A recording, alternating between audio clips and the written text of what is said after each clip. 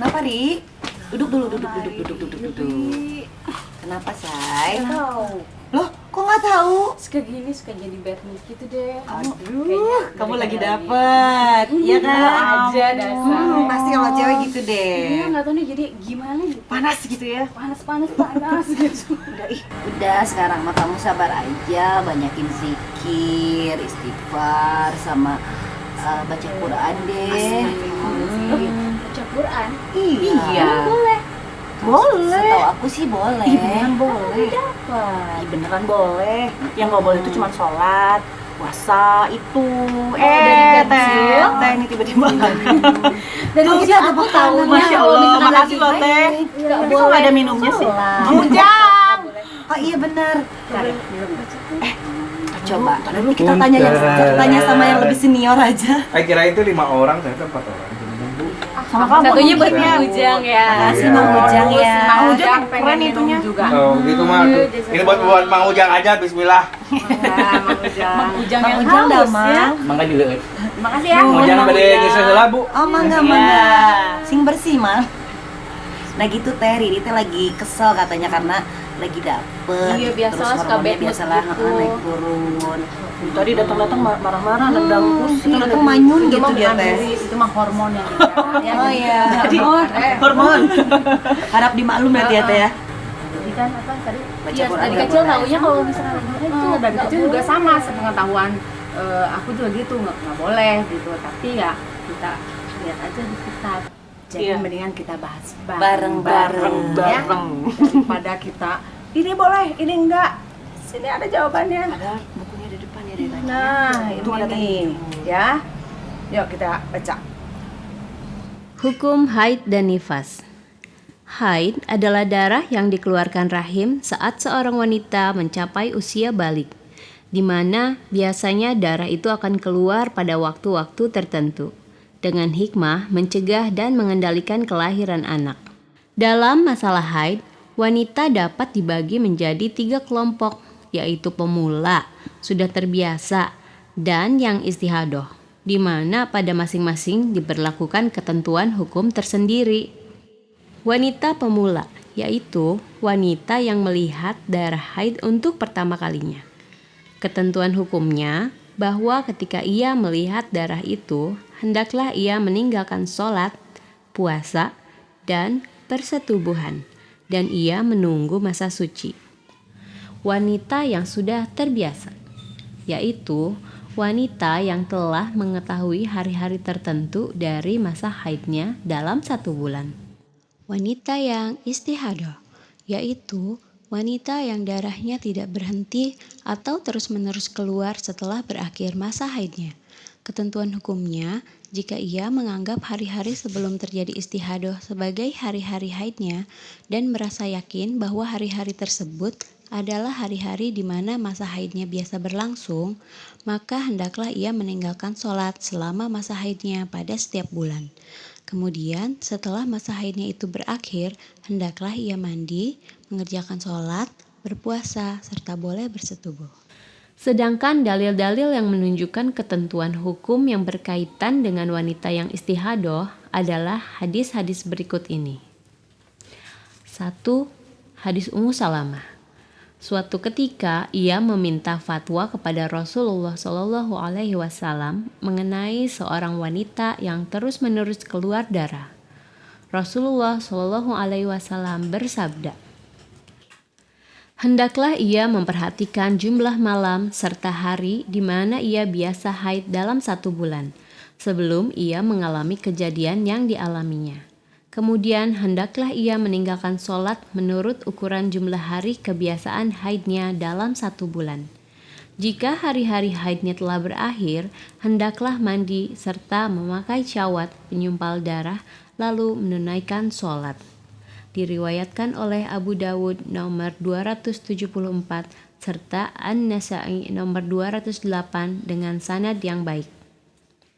Dalam hadis ini terkandung dalil yang berkenaan dengan ketentuan hukum bagi wanita yang istihadoh yang mempunyai masa haid yang teratur.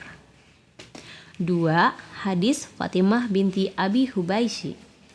Suatu ketika ia istihadoh, maka Rasulullah Shallallahu Alaihi Wasallam bersabda kepadanya, jika darah itu adalah darah haid, maka ia diketahui berwarna hitam. Jika keadaannya seperti itu, hendaklah kamu menahan diri dari sholat.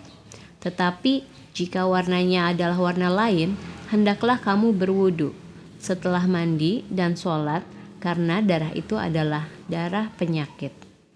Diriwayatkan oleh Abu Daud nomor 304 dan An-Nasai nomor 363 dan Ibnu Hibban nomor 1345. Beliau mensahihkannya. Dalam hadis ini terkandung dalil yang berkenaan dengan ketentuan hukum bagi wanita yang istihadoh, yang masa haidnya tidak teratur, atau masa haidnya teratur, hanya saja ia lupa kebiasaan haidnya, dan warna darah haidnya dapat dibedakan. 3. Hadis Hamnah binti Jahsy. Ia berkata, dahulu aku pernah menderita istihadoh yang parah, sehingga darah yang keluar cukup banyak, sehingga aku datang kepada Nabi Shallallahu Alaihi Wasallam untuk meminta fatwa, dan beliau bersabda, sesungguhnya hal itu adalah gangguan setan. Maka hitunglah masa haidmu sebanyak 6 atau 7 hari dalam pengetahuan Allah. Kemudian mandilah. Jika kamu melihat bahwa kamu telah bersih dan telah suci, lalu sholatlah selama 24 atau 23 hari. Berpuasalah dan sholatlah. Niscaya hal itu berpahala bagimu. Perbuatlah hal itu pada setiap bulan sebagaimana layaknya kaum wanita berhaid. Diriwayatkan oleh At-Tirmizi nomor 128 dan ia mensahihkannya. Dalam hadis ini terkandung dalil yang berkaitan dengan ketentuan hukum bagi wanita yang tidak mempunyai masa haid yang teratur dan tidak dapat membedakan warna darahnya. Nifas adalah darah yang keluar dari vagina setelah melahirkan dan tidak ada batas minimalnya. Sehingga kapan saja wanita yang sedang nifas melihat darah nifasnya telah berhenti, hendaklah ia mandi dan menunaikan sholat, kecuali bersetubuh, di mana perbuatan itu merupakan perbuatan yang dimakruhkan bagi wanita, karena alasan kebersihannya sebelum masa nifasnya genap 40 hari, serta dikhawatirkan menimbulkan rasa sakit pada wanita, sedangkan batas maksimalnya adalah 40 hari. Sebagian ulama berpendapat bahwa wanita yang sedang nifas hendaklah berdiam diri selama 50 atau 60 hari. Adapun batasan berdiam diri selama 40 hari dimaksudkan semata-mata sebagai bentuk kehati-hatian terhadap agamanya. Cara-cara mengetahui masa suci. Masa suci dapat diketahui dengan salah satu dari 2 hal berikut ini. Pertama, cairan putih, yaitu cairan putih yang keluar setelah masa suci. Kedua, telah kering. Seorang wanita dapat memasukkan kapas ke dalam vaginanya, kemudian mengeluarkannya kembali, dan kapas itu keluar dalam keadaan kering, di mana hal itu dilakukan sebelum dan sesudah tidur, sehingga ia dapat mengetahui apakah telah suci atau belum. Adapun hal-hal yang dilarang saat haid dan nifas adalah sebagai berikut. 1. Bersetubuh. Berdasarkan firman Allah Subhanahu wa Ta'ala, dan janganlah kalian mendekati mereka sebelum mereka suci, mandi. Al-Baqarah ayat 222. 2. Salat dan puasa. Hanya saja puasa wajib diganti setelah suci. Sedangkan salat tidak wajib diqodho berdasarkan sabda Rasulullah Shallallahu Alaihi Wasallam. Bukankah apabila seorang wanita sedang haid berarti ia tidak sholat dan tidak berpuasa?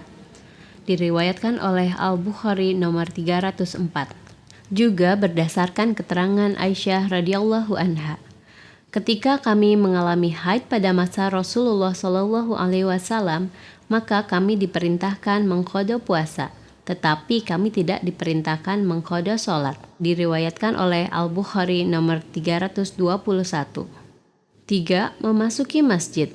Berdasarkan sabda Rasulullah Shallallahu Alaihi Wasallam, aku tidak menghalalkan masjid bagi wanita yang sedang haid dan orang yang junub. Diriwayatkan oleh Abu Daud nomor 232. 4. Membaca Al-Quran. Berdasarkan hadis terdahulu, Orang yang junub dan wanita yang sedang haid tidak boleh membaca sesuatu pun dari Al-Quran. Diriwayatkan oleh At-Tirmizi nomor 131. 5. Cerai. Seorang wanita yang sedang haid tidak boleh bercerai. Akan tetapi hendaklah ditangguhkan hingga suci dan sebelum digauli. Berdasarkan keterangan dalam suatu riwayat bahwa suatu ketika Ibnu Umar radhiyallahu anhu menceraikan istrinya yang sedang haid. Kemudian Rasulullah Shallallahu Alaihi Wasallam memerintahkannya supaya kembali ke istrinya serta menahannya hingga suci. Diriwayatkan oleh Al-Bukhari nomor 5252.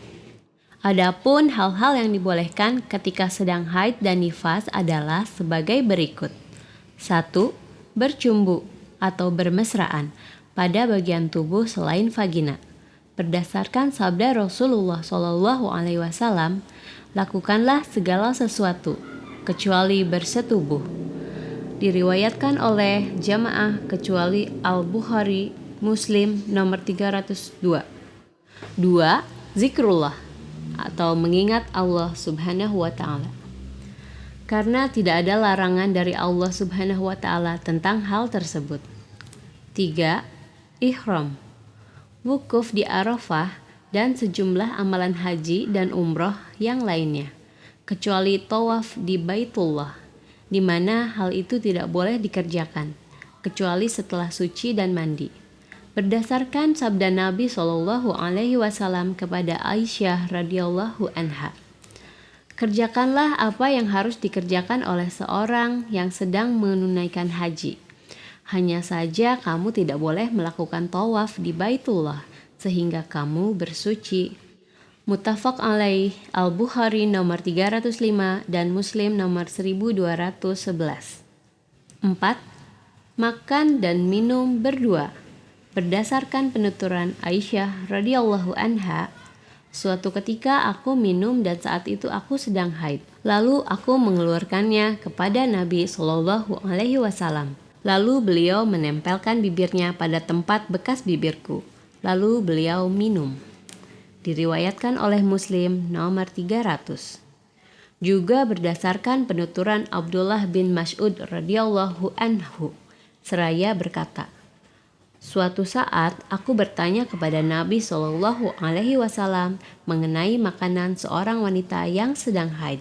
Beliau menjawab, makanlah makanannya. Diriwayatkan oleh Ahmad nomor 21.999 dan At-Tirmizi nomor 133, dan ia pun menghasankannya dari hadis Abdullah bin Sa'ad, bukan Abdullah bin Mas'ud.